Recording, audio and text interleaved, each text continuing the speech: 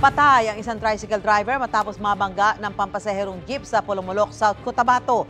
Nasalpok naman ng SUV ang isang motorsiklo na sakay ang isang maglolo sa Labrador, Pangasinan. Narito ang unang balita.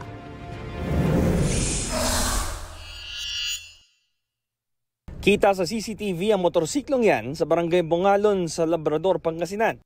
Tinatahak nito ang gilid ng kalsada kung saan kasalubong ang iba pang paparating na sasakyan. Sa kabilang linya naman, makikita ang pagdating ng isang puting SUV. Nang lumiko pa kanan ng motor, nabangga ito ng SUV. Dumaos-dos pa ng hanggang 15 metro ang motor at ang maglolo na sakay nito. Dinala sa ospital ang dalawa pero binawian ng buhay kalaunan ng 67 anyos na lalaking rider.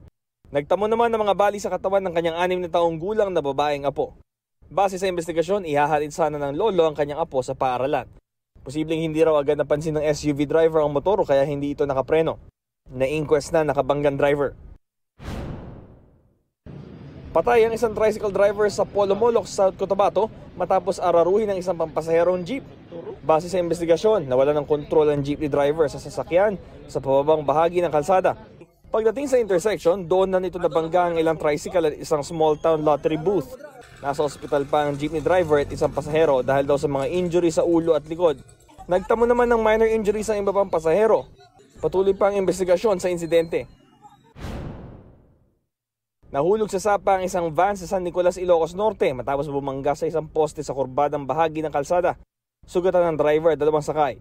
Ayon sa pulisya, nakainom umano ang driver na mangyari ang insidente dahil galing daw sila noon sa isang party. Ito ang unang balita, Bam Alegre para sa GMA Integrated News. Gusto mo bang mauna sa mga balita?